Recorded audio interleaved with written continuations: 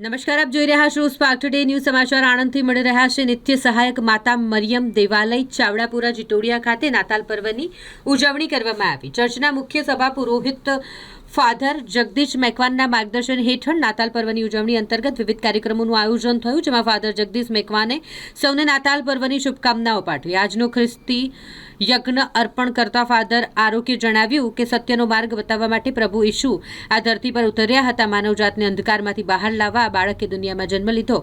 માનવજાતને પાપમાંથી મુક્તિ મળે તે માટે આ ધરતી પર પ્રભુ ઈસુ અવતર્યા છે।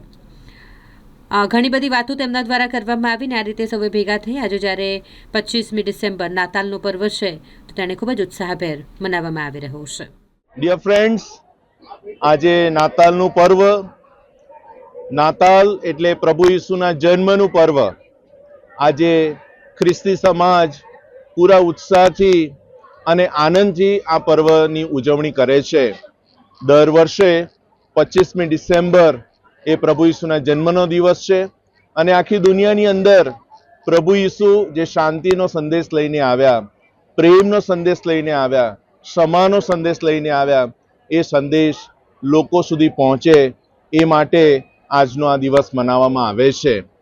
પ્રભુ ઈસુના જન્મ સમયે એમની પાસે જગ્યા નહોતી, પણ એમણે ગભાણમાં જગ્યા લઈને પ્રાણીઓની વચ્ચે અને એકદમ તુચ્છ જગ્યાએ તેમણે પોતાનો આ જન્મની જે પ્રક્રિયા છે એ પ્રભુ હોવા છતાં તેઓ માણસ બનીને પૂરી કરી।